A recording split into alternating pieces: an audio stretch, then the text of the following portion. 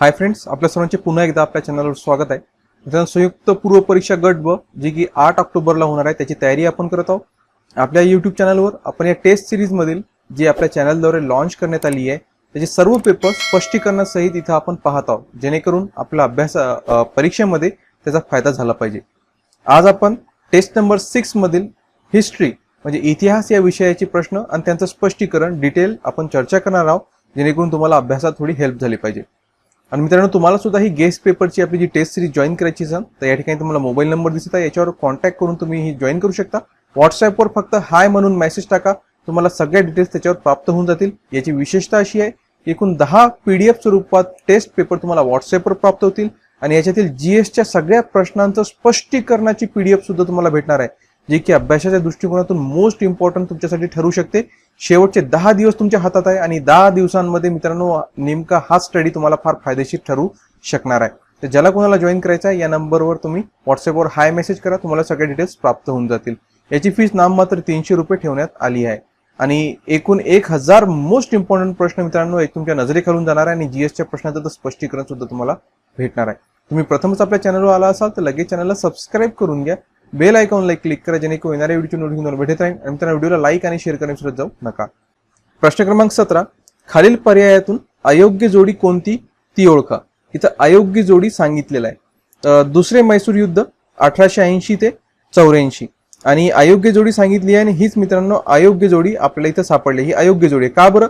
कारण की जे दुसरं मैसूर युद्ध आहे, दुसरं ब्रिटिश मैसूर युद्ध म्हणून त्याला ओळखलं जाते, हे म्हैसूरचा राजाचा जो शासक होता त्यावेळेसचा हैदर अली म्हणजे टिपू सुलतान यांचे वडील आणि ब्रिटिश ईस्ट इंडिया कंपनी यांच्यामध्ये 1780 ते 1784 दरम्यान झालं होतं. ओके, आणि इथं काय म्हटलं 1880, त्याच्यामुळे हा जी जोडी आहे ना ही चुकीची आहे, कारण ते युद्ध झालं होतं 1780 आणि 84 मध्ये. कोणामध्ये झालं होतं? British versus Hyder Ali. त्याच्यानंतर प्रथम इंग्रज मराठा युद्ध 1775 ते 82, जोडी करेक्ट आहे. पहिलं इंग्रज आणि मराठा युद्ध हे मराठा साम्राज्य आणि ब्रिटिश ईस्ट इंडिया कंपनी यांच्यात 1775 ते 1782 दरम्यान लढलं गेलं.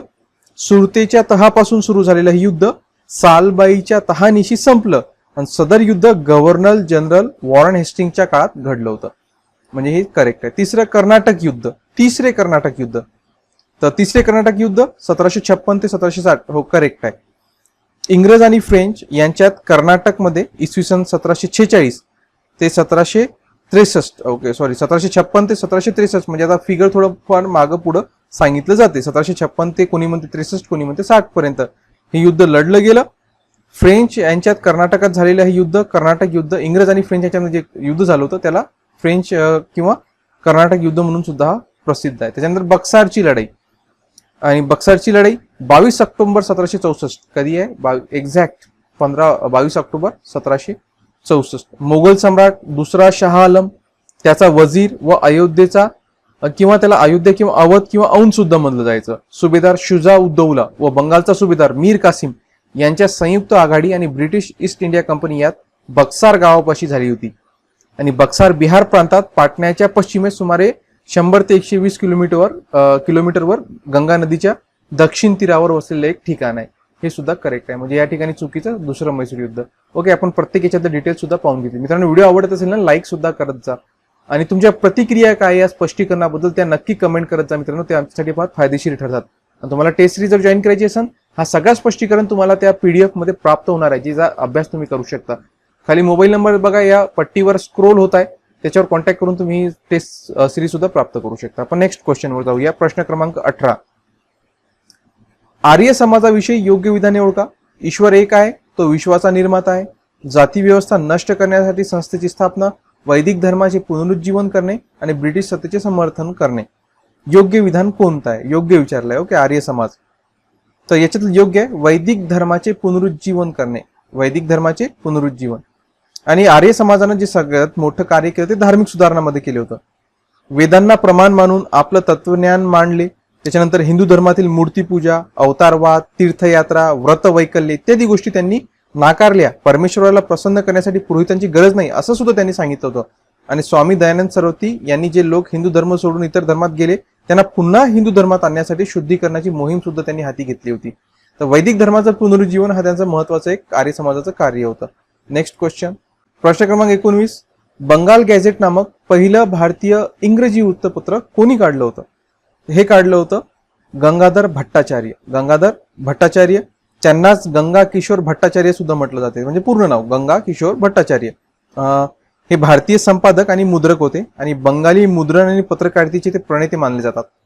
पहिली बंगाली पुस्तक व्यवसाय स्थापन करण्याव्यतिरिक्त भट्टाचार्य आणि रॉय यांनी कलकत्ता येथील चोर बागन स्ट्रीट, सध्याचं जे अमर बसू सरानी म्हणून ओळखलं जाते, येथे बंगाल गेझेट या पहिल्या भारतीय निर्मित वृत्तपत्राची त्यांनी स्थापना केली होती. त्याच्यानंतर प्रश्न क्रमांक 20, वेव्हेल योजनेमध्ये खालीलपैकी कोणत्या एका बाबीचा समावेश नव्हता विचारला. ओके, आंतरराष्ट्रीय संबंधांसाठी व व्यापारासाठी मात्र ब्रिटिश व्यक्तीचीच निवड व्हॉइसरायच्या कार्यकारी मंडळात करण्यात येईल. अस्पृश्यांना देखील व्हॉइसरायच्या कार्यकारी मंडळात प्रतिनिधित्व मिळेल. व्हॉइसरायच्या कार्यकारी मंडळात हिंदू मुस्लिमांचे समप्रमाणात प्रतिनिधित्व असेल आणि व्हॉइसरायच्या कार्यकारी मंडळातील सदस्यांची संख्या वाढवण्यात येईल. तर याच्यातलं कोणतं जे पॉइंट आहे किंवा बाब आहे जी वेव्हेल योजनेमध्ये नव्हती विचारलं, तर याचं योग्य उत्तर आहे तर ऑप्शन नंबर 1. ऑप्शन नंबर 1 जे आहे ना ते या वेव्हेल योजनेमध्ये नव्हतं. का बरं नव्हतं? इथं काय सांगितलं की संबंधासाठी ब्रिटिश व्यक्ती, इथं काय सांगितलं ब्रिटिश व्यक्ती नाही, अशी ती बाब नव्हती. तर आपण थोडंफार याची माहिती घेऊ. तर सरकारशी सल्ला मसलत करण्यासाठी वेव्हेल मार्च 1945 मध्ये जे वेव्हेल होते ते 1945 मध्ये इंग्लंडला गेले होते आणि ते जून 1945 मध्ये परत आले आणि 14 जून रोजी त्यांनी ही योजना मांडली होती, ज्याला वेव्हेल योजना म्हणून ओळखलं जाते. भारतीय गृहस्थाकडे परराष्ट्रीय खाते राहील व तोच देशाबाहेर भारताचे प्रतिनिधित्व करेल, हा पहिलाच मुद्दा होता. आणि या बघा या पॉईंटमध्ये काय सांगितलं की ब्रिटिश व्यक्तीची निवड नाही, ब्रिटिश नाही, तर त्या योजनेमध्ये होतं भारतीय व्यक्ती. त्याच्यामुळे हा सेंटेन्स जो आहे तो याच्यामध्ये समावेश, म्हणजे चुकीचा सेंटेन्स आहे. इथं भारतीय व्यक्तीची त्यांनी निवड केली होती. तसंच जपान बरोबर करावयाच्या युद्धात सर्वांचे सहाय्य मिळेल अशी आशा त्यांनी व्यक्त केली होती. केंद्रीय सहकार्य सुरू झाले आणि प्रांतात 93 कलमी कारभार संपेल. त्याच्यानंतर विद्यमान घटनेप्रमाणे जास्तीत जास्त व्यवहार्य सत्ता दिली जाईल, त्यामुळे भविष्यकालीन घटनांवर किंवा घटनेवर परिणाम होणार नाही. नेक्स्ट क्वेश्चन, क्रमांक 21, भाऊ दाजी लाड यांच्याविषयी योग्य विधाने ओळखा. त्यांचा जन्म 7 सप्टेंबर 1824 रोजी गोव्यातील मांजरे येथे झाला. 1845 मध्ये मुंबईत ग्रँट मेडिकल कॉलेजची स्थापना झाली. 1851 मध्ये वैद्यकीय पदवी संपादन केली. त्यांनी कर्करोगावर एक चांगलं औषध शोधून काढल्यामुळे त्यांना धन्वंतरी म्हणून ओळखलं जाऊ लागलं. तर याच्यातलं काय योग्य विधान कोणतं आहे ते सांगायचं आहे. तर याच्यातलं योग्य विधान आहे मित्रांनो ऑप्शन अ, ब, क तिन्ही योग्य आहे. पण कर्करोगावर त्यांनी औषध शोधून काढलं नव्हतं, तर कुष्ठरोगावर त्यांनी काढलं होतं. कशावर? कुष्ठरोगावर.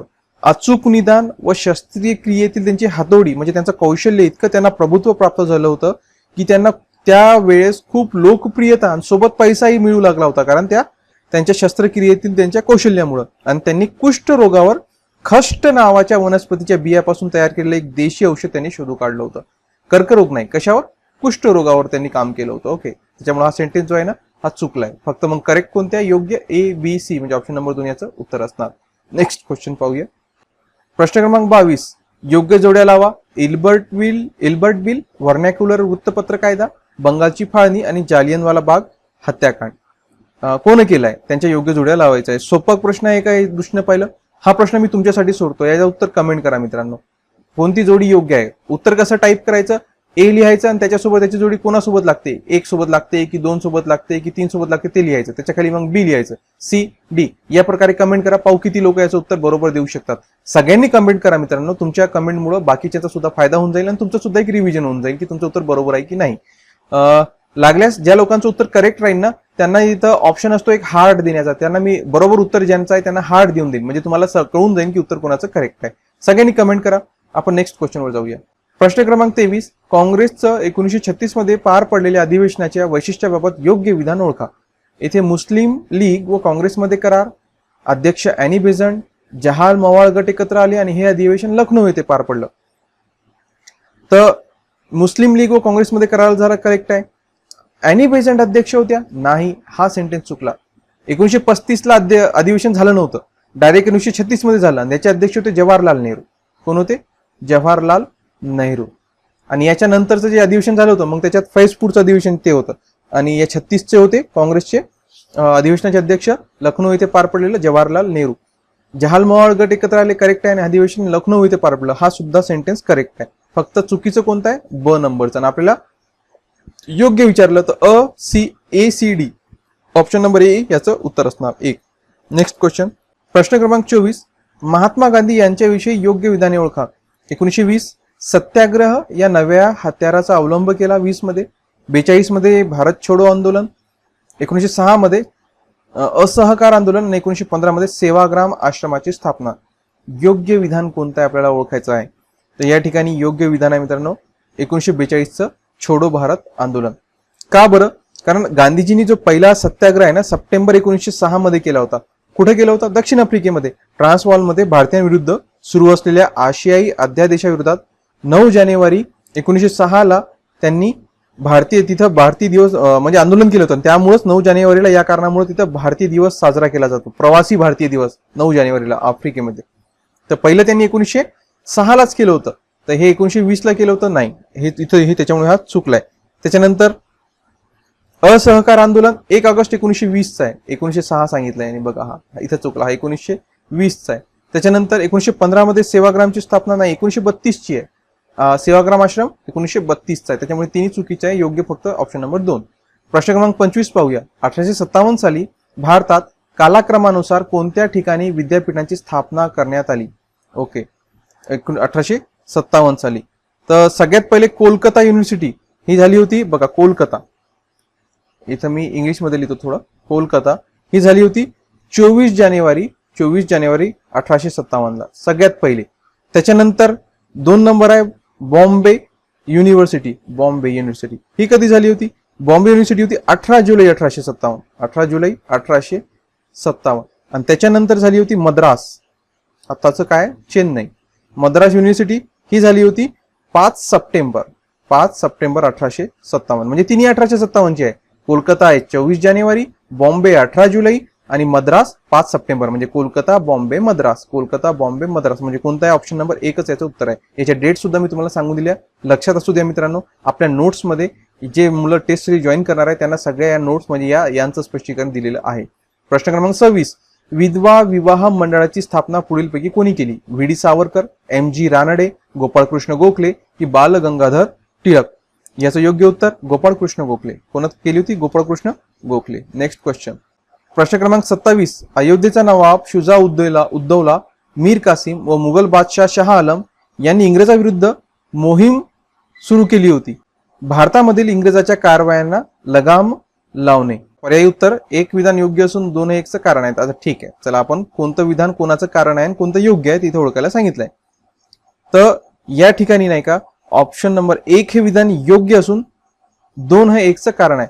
काय होतं की अयोध्येचा नवाब शुजा-उद-दौला, मीर कासिम, मुघल बादशाह याने इंग्रजांविरुद्ध मोहीम काढली होती. या मोहीम काढण्याचं किंवा बंड पुकारण्याचं कारण काय होतं की भारतामधील जे इंग्रजांचं साम्राज्य वाढत आहे त्याच्यावर लगाम लावणे हा त्याचा उद्देश होता. तर हे त्याचं कारण आहे. तर पहिलं सेंटेन्स करेक्ट आणि त्याचं कारण हा 2 नंबर आहे. म्हणजे 1 विधान योग्य असून 2 हे 1चं कारण आहे. ऑप्शन नंबर 1 याचं उत्तर होईल.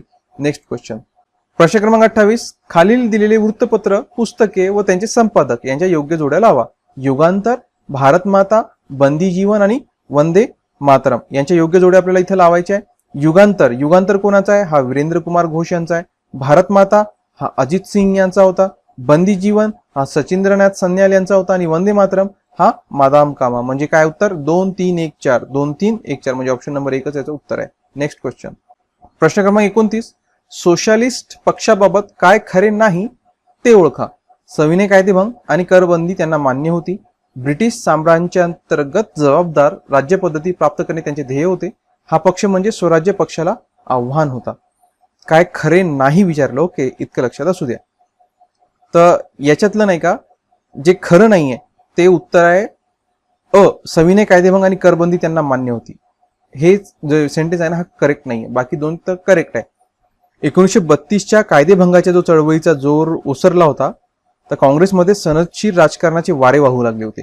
कायदेभंगाच्या प्रत्यक्ष चळवळीपेक्षा सनदशीर राजकारणामध्ये व्याप्ती पुढे मागे करून स्वतंत्र लढे पुढे न्यावा असा विचार काँग्रेसच्या बऱ्याचशा नेत्यांमध्ये घुसलं होतं. आणि अशा वेळी राष्ट्रीय आंदोलनास नवी दिशा देण्यासाठी, आंदोलनाची उद्दिष्टे अधिक स्पष्ट करण्यासाठी आणि स्वातंत्र्य संग्रामाच्या साधनांचा पुनर्विचार करण्यासाठी 1934 मध्ये काँग्रेस अंतर्गतच सोशलिस्ट पार्टीची स्थापना झाली होती. आणि मुंबईमध्ये डॉक्टर संपूर्णानंद यांच्या अध्यक्षतेखाली भरलेल्या पक्षाच्या पहिल्या अधिवेशनात म्हणजे जवळपास तो भरला होता बघा 21 आणि 22 ऑक्टोबर 1934ला. आणि पक्षानं स्पष्ट केलं होतं की संपूर्ण भारत म्हणजे ब्रिटिश साम्राज्यापासून भारतातून त्यांचं विमोचन आणि समाजवादी समाजाची स्थापना होय. मिरत येथे भरलेल्या 1936 मध्ये पक्षाच्या अधिवेशनात पक्षाचे स्वरूप, कार्यक्रम, उद्दिष्ट संबंधी एक प्रबंध मंजूर करण्यात आला आणि मिरत प्रबंध नावानं तो प्रसिद्ध सुद्धा आहे. म्हणजे हे नंतर संविधान कायदेभंगाच्या नंतर या सगळ्या घडामोडी घडल्या होत्या, त्याच्यामुळे हे खरं नाहीये. फक्त ब आणि क हे जे करेक्ट आहे. ओके, तर आपल्याला खरं नाही विचारलं, ऑप्शन नंबर 3 हे खरं नाहीये. त्याच्यानंतर प्रश्न क्रमांक 30 पहा. डॉक्टर बाबासाहेब आंबेडकरांबाबत पुढील 3 विधानांचा विचार करा.